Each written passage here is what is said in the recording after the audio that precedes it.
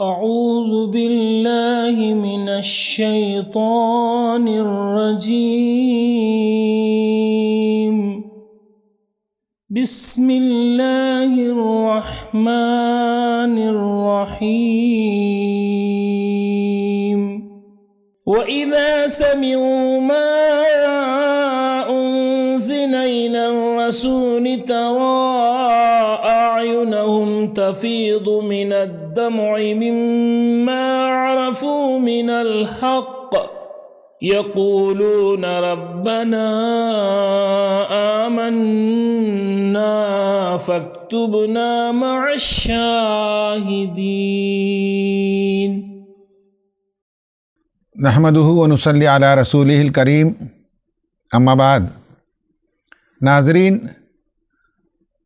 بڑی تیزی سے رمضان المبارک کا ایک ہفتہ گزر گیا. آج 7ویں رات ہے اور 7ویں جز پر ہم بات کریں گے. پہلے اس جز میں آئے ہوئے مضامین پر ایک سرسری نگاہ ڈالتے ہیں، پھر اس میں سے کچھ آیتوں کو لے کر تفصیل سے گفتگو کرتے ہیں. پہلی آیت میں شخصیت کا یہ پہلو ہمارے سامنے آتا ہے.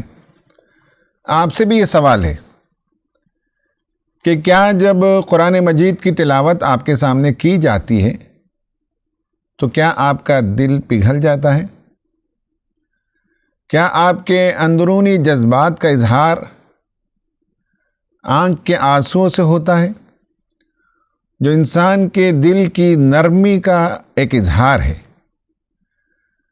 نصارہ کے اچھے لوگوں کا تذکرہ کرتے ہوئے قرآن نے بتایا کہ ان کے سامنے جب نبی صلی اللہ علیہ وسلم اللہ کی نازل کردہ کتاب کی آیتوں کی تلاوت فرماتے تو وہ حق کو پہچاننے کے نتیجے میں رو پڑتے، ان کے جذبات امڈ آتے. یہ انسانی شخصیت کا بہترین پہلو ہے کہ اللہ کا کلام سننے کے بعد دل کے اندر نرمی پیدا ہو اور رقت پیدا ہو. شخصیت کا دوسرا پہلو یہ ہے کہ انسان اپنی عقل کی بنیاد پر راستے تلاش نہیں کر سکتا. اسے ڈیوائن گائیڈنس کی ضرورت ہے، اسے الہی تعلیمات کی ضرورت ہے. اس صورت کے اندر اللہ تبارک و تعالیٰ نے حلت و حرمت کے بہت سے احکام بیان کیے اور یہ بھی بتایا کہ شیطان کی تمنا یہ ہے کہ حلال کو حرام اور حرام کو حلال کرے. مسلمانوں کو اس سے بچنے کی تعلیم دی گئی اور حلال و حرام کے سلسلے میں واضح تعلیمات پیش کی گئیں. مسلمانوں کو بتایا گیا کہ ان کی شخصیت ریشنل پرسنالٹی ہونی چاہیے، ریشنل مائنڈ ہونا چاہیے، اور ریشنل مائنڈ کا ایک ایکسپریشن یہ ہے کہ وہ سوالات کھڑے کرتا ہے. کبھی کبھی اپنے آپ پر بھی سوال کرنا ہوتا ہے، کبھی کبھی ہمارے سماج اور ماحول میں پائی جانے والی روایات پر بھی کوشچن کرنا ہوتا ہے. عقل سے بھی جواب ملتا ہے، قرآن سے بھی جواب ملتا ہے. مشرکین کا معاملہ یہ تھا کہ جب انہیں اسلام کی تعلیمات دی جاتیں تو وہ کہتے تھے قالوا حسبنا ما وجدنا علیہ آباءنا، ہمارے لیے یہی بات کافی ہے کہ جس راستے پر ہمارے آبا و اجداد چلے جا رہے تھے ہم اسی کی اتباع کریں گے. قرآن کہتا ہے اولو کان آباؤہم لا یعلمون شیئا ولا یہتدون، کیا تمہارے باپ دادا اگر باتوں کا صحیح علم نہ رکھتے ہوں اور راہ راست پر نہ ہوں تب بھی انہی کے نقش قدم پر چلے جائیں گے؟ تو یہ دوسرا پہلو بہت امپورٹنٹ ہے. ایک طرف رقت قلبی ہو تو دوسری طرف آدمی کے اندر ریشنلٹی موجود ہو اور عقل سے وہ کام لے. یہ بات صرف کافی نہیں ہے کہ ہم نے اپنے بڑوں کو پایا اسی طرح سے اس لیے ہم بھی یہی کریں گے. بڑوں کی طرف سے غلطی ہو سکتی ہے سوچنے میں، سمجھنے میں، چیزوں کو پانے میں، لیکن ایک عقل مند آدمی اپنے حالات میں اثر نو غور و فکر کرتا ہے. پھر یہ بھی بتایا گیا کہ تم اگر راہ راست پر ہو تو تمہیں کسی اور چیز کی فکر کرنے کی ضرورت نہیں، کوئی اور تم کو گمراہ نہیں کر سکتا۔ یا ایھا الذین آمنوا علیکم انفسکم لا یضرکم من ضل اذا اہتدیتم، اے وہ لوگوں جو ایمان لے آئے ہو، تمہیں اپنے نفس کی فکر کرنی چاہیے، اپنے نفس پر واچفل رہیں، be watchful of your own self. اور یہ بھی بتایا گیا کہ no one can mislead you, اگر ہم اپنے آپ کے نگہبان ہوں تو پھر ہمارے من کے اندر کسی اور کا عمل دخل نہیں ہو سکتا۔ اس کے بعد حضرت عیسیٰ علیہ السلام کے بایولوجیکل میراکلز کا تذکرہ آیا۔ میں نے اس سے پہلے ہی بتایا تھا کہ ہر نبی اپنے زمانے کے آپٹیمم ٹیلنٹ کے ساتھ آتے تھے، ان کی صلاحیتیں اپنے زمانے سے بہت آگے ہوتی تھیں۔ حضرت عیسیٰ علیہ السلام نے بہت سے معجزے دکھائے، آپ نے مٹی کا پرندہ بنایا اور اللہ تعالیٰ کے اذن سے اسے اڑا دیا۔ مردوں سے کہتے قم باذن اللہ، تو اللہ کے اذن سے کھڑا ہو جا تو کھڑا ہو جاتا۔ جو پیدائشی اندھے ہوتے ان کی آنکھوں پر مسح فرماتے تو ان کی بینائی لوٹ کر آتی۔ یہ اور اس طرح کے بہت سے معجزے ان سے صادر ہوئے، ان سب کا اللہ تعالیٰ نے ذکر فرمایا۔ اور آخر میں ان کا جو لاسٹ سپر ہے، آخری جو دعوت تھی، اس کا ذکر ہے جس میں انہوں نے اپنے حواریوں کو تعلیمات دی تھیں۔ میں نے جو کہا کہ ایک مومن کی پرسنالٹی کا اہم جز یہ ہے کہ وہ انٹلیکچول ہوتا ہے، ریشنل تھنکنگ ہوتی ہے۔ قرآن کہتا ہے کہ نبی صلی اللہ علیہ وسلم قرآن تمہارے سامنے جو پیش کرتے ہیں اس کی تعلیمات کیا تمہارے لیے کافی نہیں ہیں یہ سمجھنے کے لیے کہ یہ حق بات ہے؟ تمہارا مطالبہ کہ معجزات ہوں، کرامتیں ہوں، اس کی بجائے آپ صلی اللہ علیہ وسلم کے کلام پر عقل سے غور کرو تو تمہارے لیے بے شمار اس میں رہنمائی موجود ہے۔ جنہوں نے اپنی عقلوں کو بند کر لیا ہو، اس پر سیل لگا لیا ہو، ان کے بارے میں اللہ تعالیٰ نے اس سورت کے اندر 3 مرتبہ قیامت کا تذکرہ کر کے بتایا کہ وہ پچھتائیں گے، وہ افسوس کریں گے۔ جب انہیں سزا دی جائے گی تو ان سے پوچھا جائے گا، کیا تم نے رسول اللہ کے کلام پر غور نہیں کیا؟ کیا تمہارے پاس رسول نہیں آئے تھے؟ کیا تمہارے پاس کتاب نہیں آئی تھی؟ کیا تمہاری زندگیوں میں تکلیفیں نہیں آئیں؟ یہ جو سائیکل آف سفرنگ اور ایڈورسٹی ہے، کیا اس سے تم نہیں گزرے؟ کیا اس وقت بھی تمہیں خدا یاد نہیں آیا؟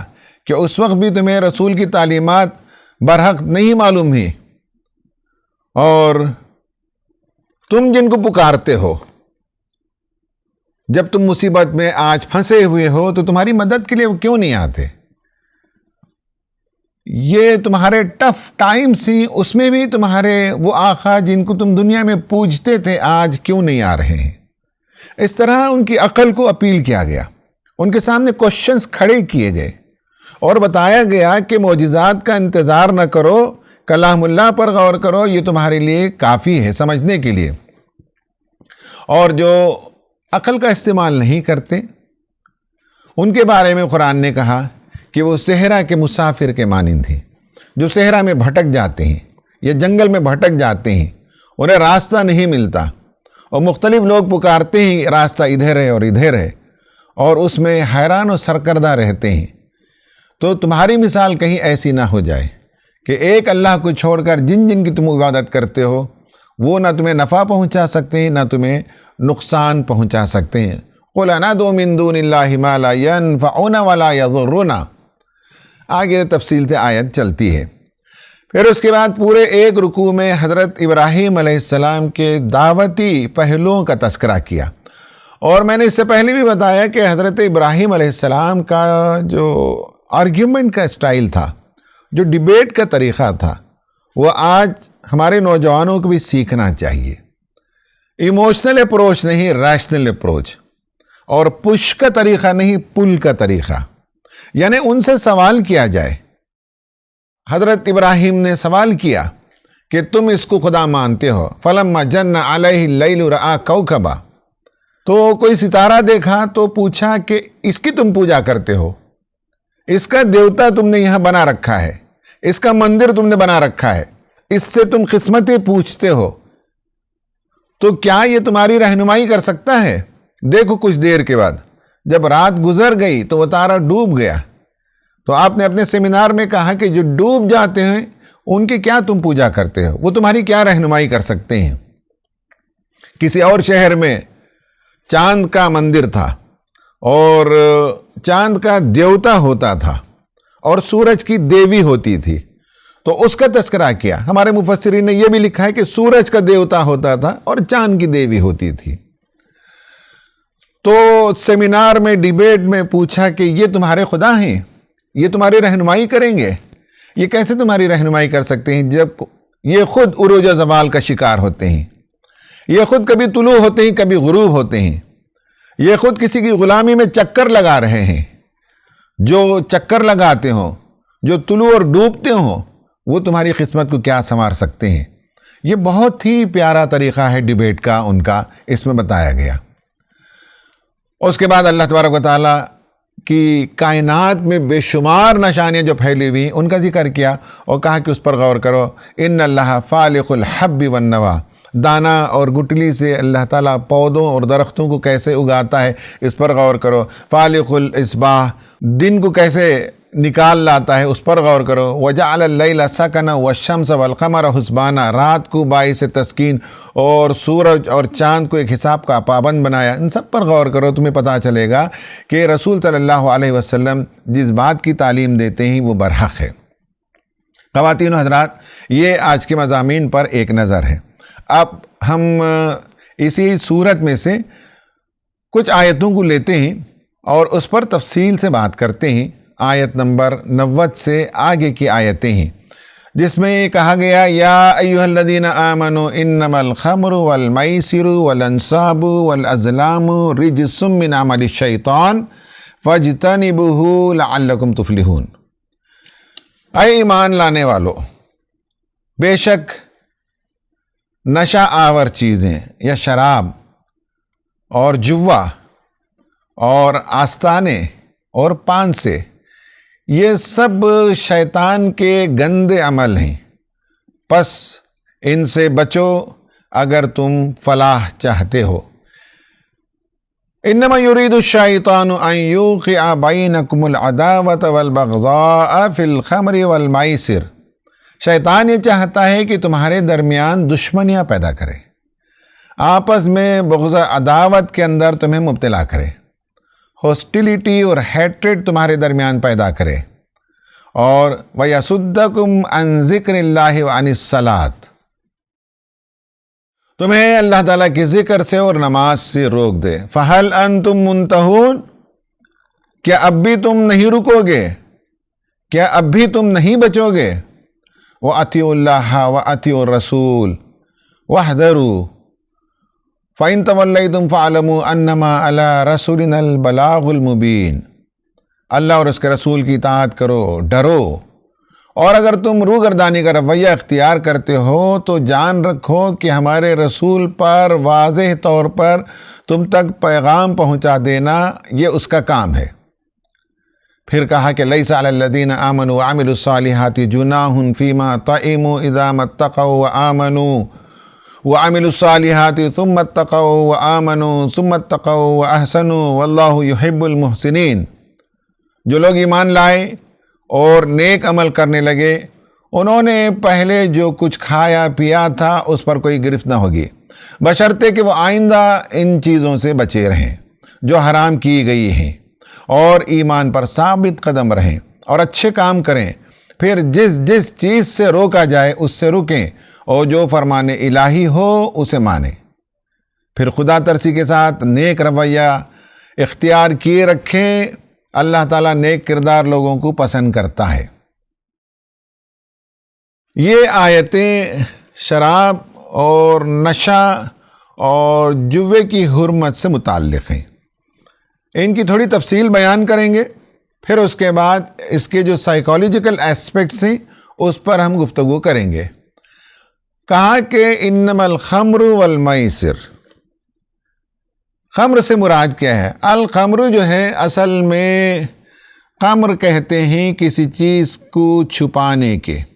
اس طرح خمار اصل میں اس چیز کو کہا جاتا ہے جس سے کوئی چیز چھپائی جائے، مگر عرف میں خمار کا لفظ صرف عورت کی اوڑھنی پر بولا جاتا ہے جس کے ساتھ وہ اپنے سر کو چھپاتی ہے، اس کی جمع خمر آتی ہے، جیسا کہ قرآن میں بتایا گیا وَلْيَضْرِبْنَ بِخُمُرِهِنَّ عَلَى جُيُوبِهِنَّ، عورتوں سے کہیں کہ وہ اپنے سینوں پر اپنی اوڑھنیاں مار لیں۔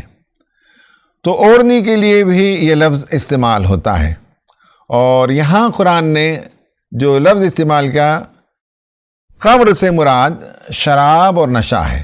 بعض لوگوں نے لکھا ہے کہ انگور سے بنائی جانے والی شراب اس سے مراد ہے، لیکن مولانا امین احسن اصلاحی رحمۃ اللہ علیہ نے بہت صاف طور پر لکھا ہے کہ یہ کوئی ضروری نہیں ہے۔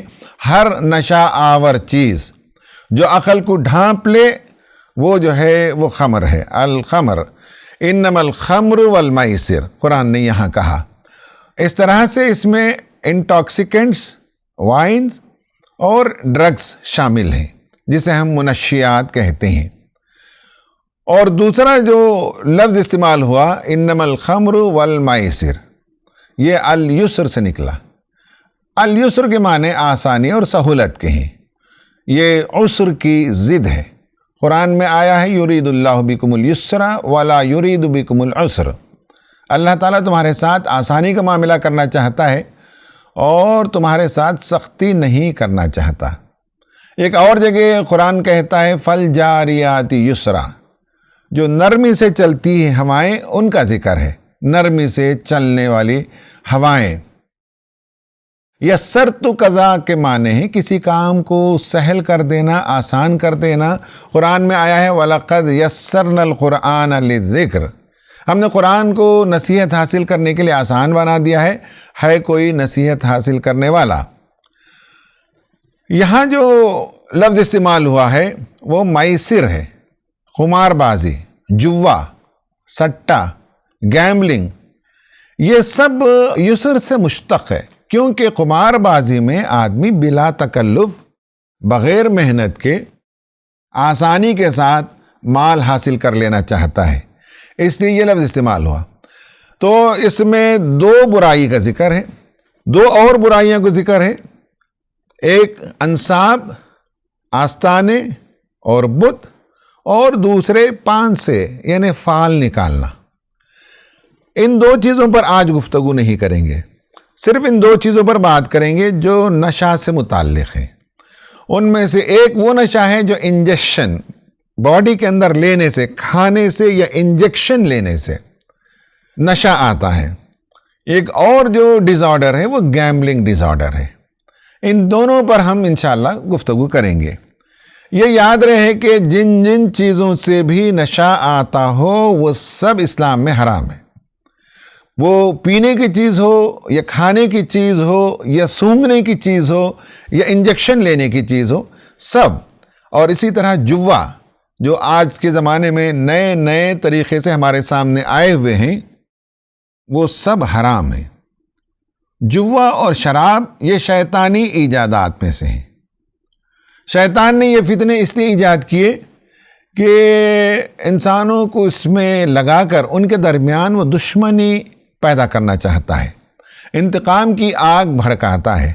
چنانچہ یہ حقیقت ہے کہ جس معاشرے میں یہ وبا پھیل جائے، یعنی شراب اور جوے کی، اس میں عفت، عزت، ناموس، وفا، حیا، یہ سارے احساسات مٹ جاتے ہیں، انسان جانور بن جاتا ہے، جیسا کہ آج مغربی معاشرے میں بھی ہم دیکھتے ہیں اور مغرب زدہ سوسائٹیز میں بھی ہم دیکھتے ہیں، اور آج اس کا مشاہدہ ہم کر رہے ہیں۔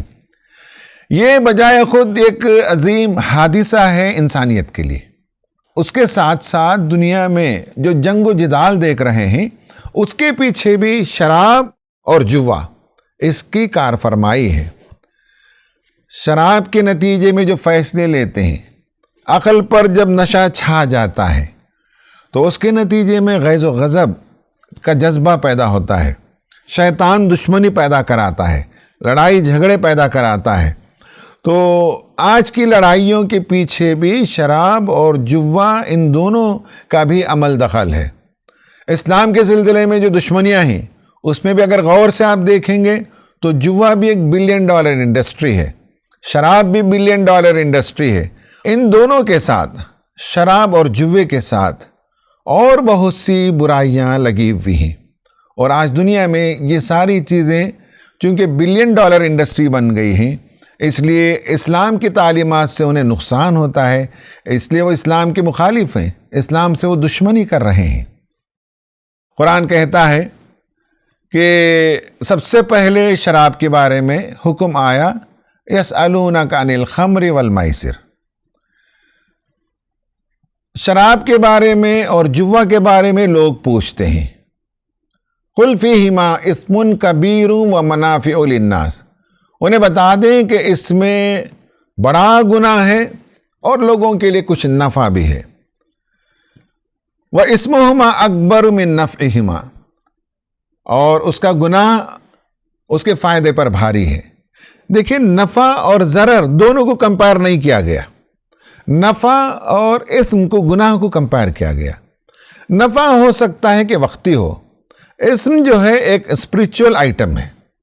روحانی طور پر جب انسان خدا کے راستے سے ہٹ جاتا ہے، نافرمانی کرنے لگتا ہے، روحانی بلندی کے بجائے نیچے کی طرف جانے لگتا ہے، تو وہ گناہ کرتا ہے۔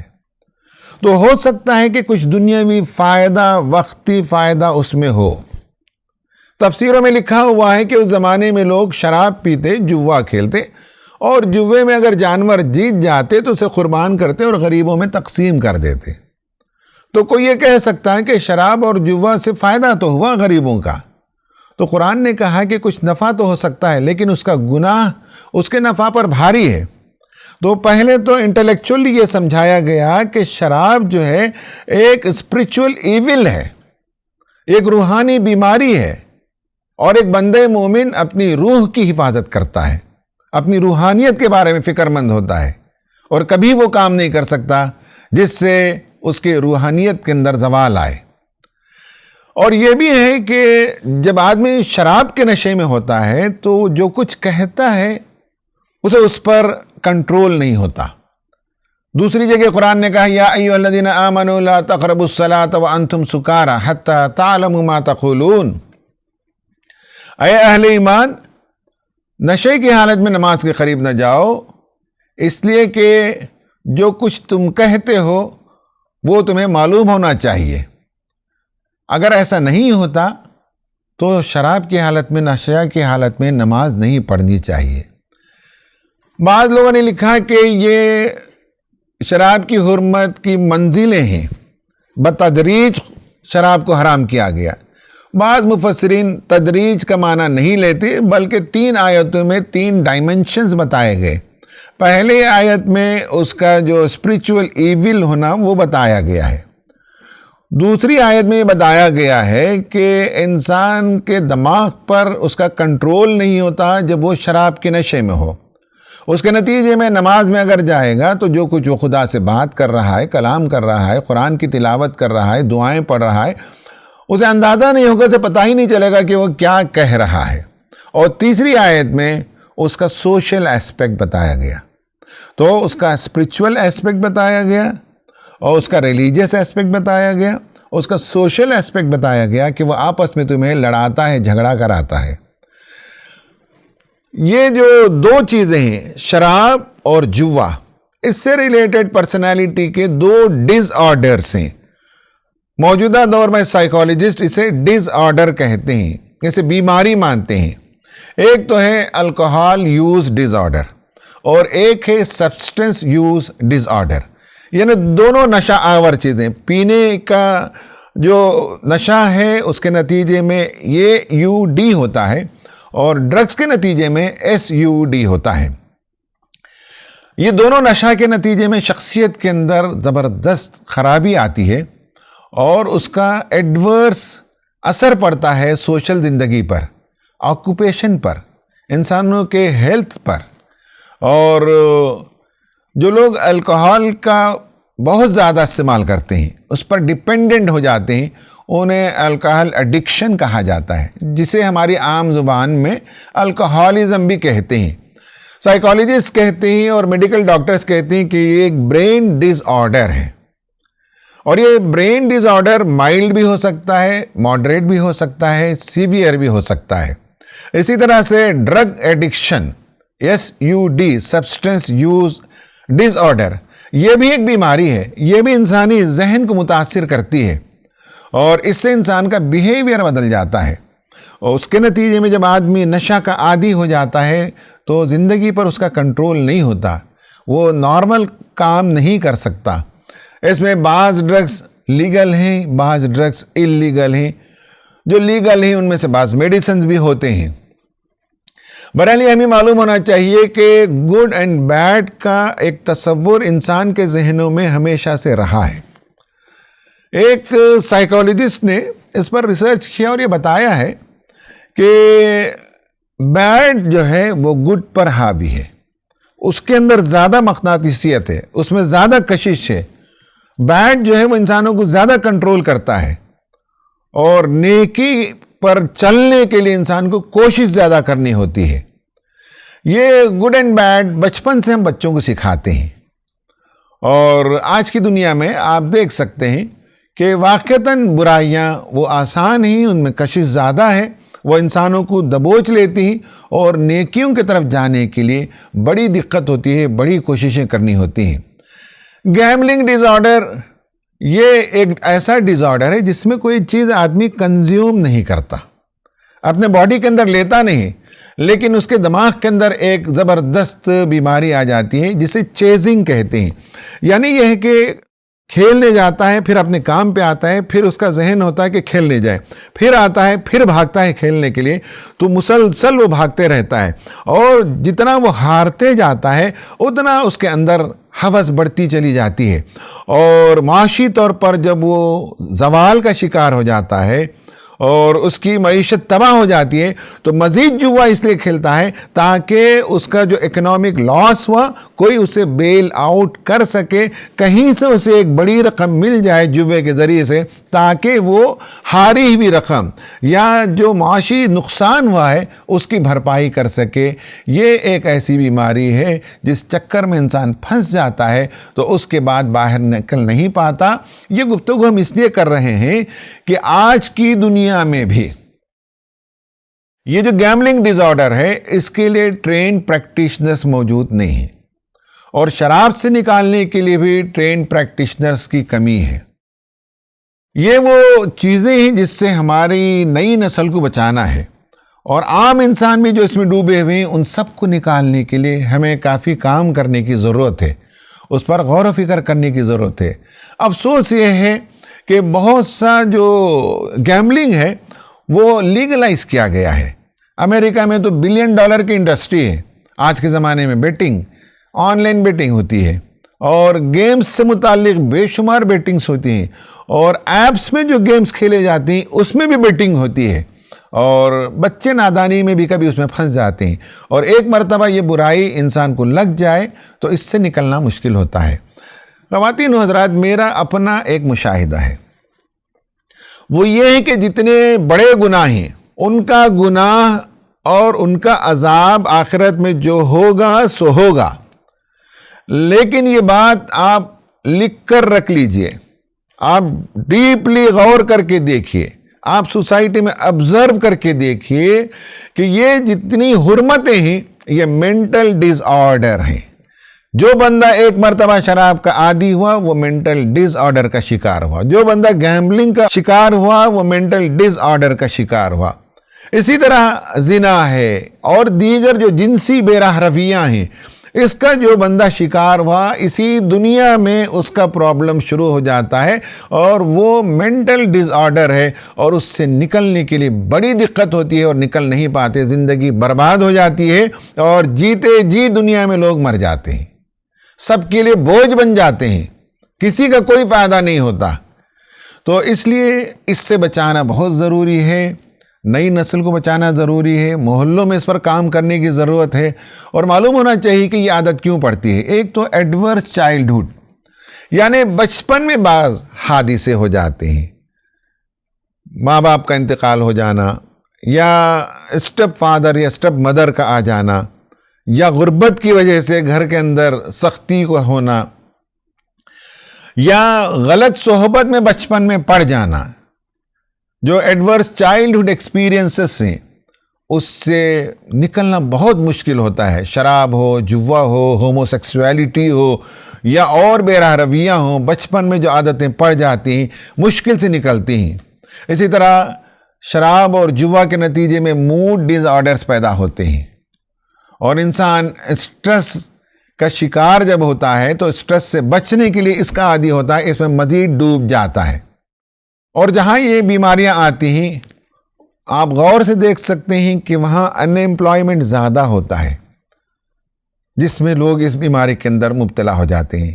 یا ہوم لیس جو لوگ ہوتے ہیں ان کے ہاں بھی یہ مسائل زیادہ ہوتے ہیں. Family violence, medical and mental health problem جن کے ہاں ہوتے ہیں، یا جو جیلوں میں گزار کر زندگی باہر آتے ہیں، ان سب کے ہاں یہ پرابلمز پیدا ہو جاتے ہیں.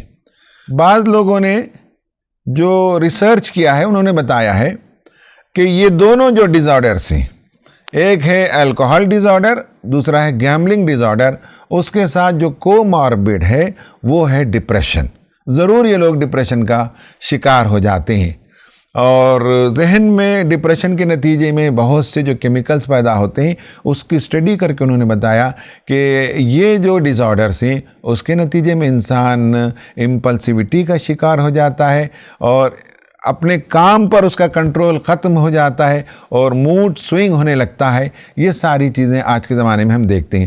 سوال یہ ہے کہ دنیا اس سے کیوں بچ نہیں پائی؟ اس کا جواب یہ ہے کہ دیکھتے ہیں آپ ویسٹ میں بھی کہ یہ بتایا جاتا ہے، یہ سب معلوم ہونے کے باوجود، کہ امریکہ میں 1,40,000 لوگ سالانہ جو ہے موت کا شکار ہوتے ہیں شراب کے نتیجے میں. 3.6 million years of potential life last, یعنی یہ ہے کہ شراب کے نتیجے میں کام جو متاثر ہوتا ہے اس سے سال میں 3.6 million years of potential life یہ ختم ہو جاتا ہے.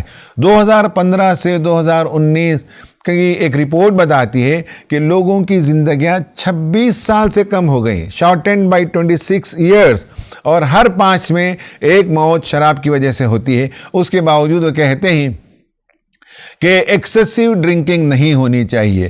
اس کا جو سٹینڈرڈ ہے وہ یہ کہ 1.2 tablespoon of pure alcohol, اس سے زیادہ اگر پیا جائے گا، بنج ڈرنکنگ ہوگی یا ایکسیسیو ڈرنکنگ ہوگی، تو اس کے نتیجے میں بیماریاں پیدا ہوتی ہیں، ڈس آرڈر ہوتا ہے، یہ وہ کہتے ہیں.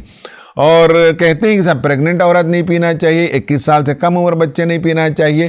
یہ ساری باتیں وہ ہیں جس کے نتیجے میں اس بیماری پر کنٹرول نہیں پاتے. اسلام کا جو ماڈل ہے پریونشن کا وہ اچھی طرح سے سمجھ لیجئے.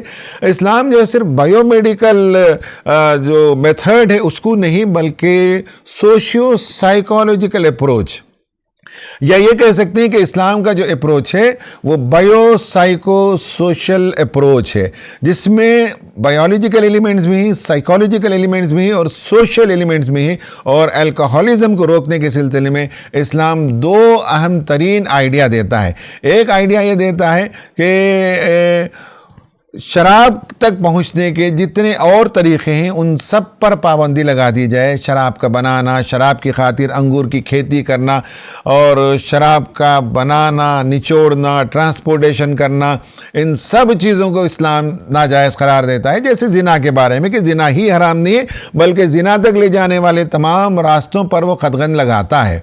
دوسرا یہ ہے کہ اسلام کہتا ہے کہ جو چھوٹی مقدار میں حرام ہے وہ بڑی مقدار میں بھی حرام ہے.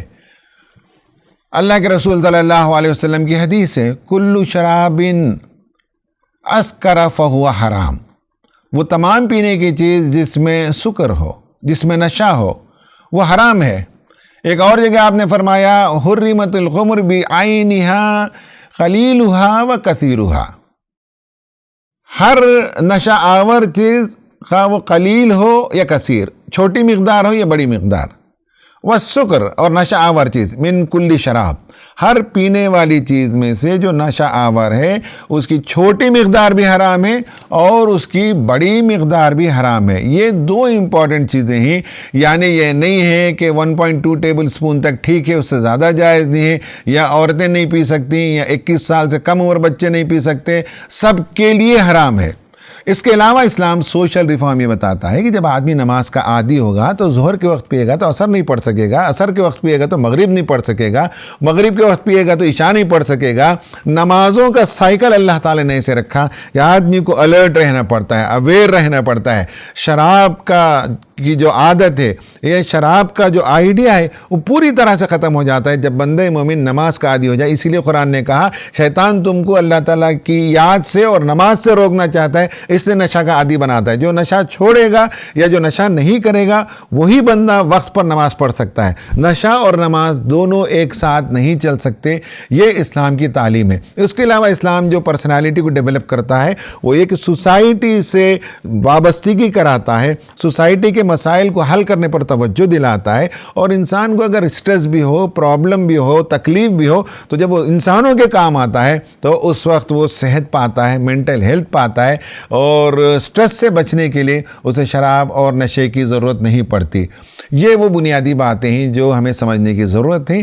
آخر میں کی انفرنس یہ ہے کہ سماج میں اویئرنس پیدا کرنے کی ضرورت ہے، اور سماج کی جو بنیادی اکائی ہے گھر میں اس پر بہت متوجہ ہونا چاہیے کہ بچے بچپن میں غلط صحبتوں میں نہ پڑے. ماں باپ اس پر نگاہ رکھیں، اچھی عادتیں ان کے اندر پیدا ہو، اچھی صحبتوں میں وہ زندگی بسر کرنے کے عادی بنے. طلبہ تنظیم کے ساتھ ان کی وابستگی ہو، چلڈرن سرکل کے ساتھ ان کی وابستگی ہو، تاکہ وہ بری عادتوں میں نہ پڑیں، بری لت میں نہ پڑیں. نمبر 2 یہ ہے کہ آپ کی اور ہماری ذمہ داری ہے کہ معاشرے کے اندر کاؤنسلنگ کریں. معاشرے کے اندر جو لوگ اس طرح کی بیماریوں میں مبتلا ہیں انہیں وہاں سے نکالنے کی کوشش کریں. اور تیسرا یہ ہے کہ اس کے لیے جو آج کے زمانے میں آن لائن جو میتھڈز ہیں انہیں بھی اپنانا چاہیے. ایک آن لائن پورٹل ہے، وہ ہے انانیمس الکوہولک. پوری دنیا میں اس کا نیٹ ورک ہے. کوئی بھی شراب کے نشے سے باہر آنا چاہے تو یہ جو پورٹل ہے وہ اس کی مدد کرتا ہے. ایسے بہت سے پورٹلز بنانے کی ضرورت ہے آن لائن جو ڈرگ ایڈکشن سے نکالیں اور الکوہل ایڈکشن سے نکالیں اور انسانوں کے ان تمام مینٹل ڈس آرڈر سے نکال سکیں. اس کے لیے جو جدید طریقے ہیں اور اس کے ساتھ جو اسلامک ماڈل ہے، جو توحید پر بیسڈ ماڈل ہے، اس کی بنیاد پر کاؤنسلنگ کے نئے جو ہے تھیوریز کو ایجاد کرنے کی ضرورت ہے، کاؤنسلنگ کے نئے میتھڈز کو ڈیولپ کرنے کی ضرورت ہے.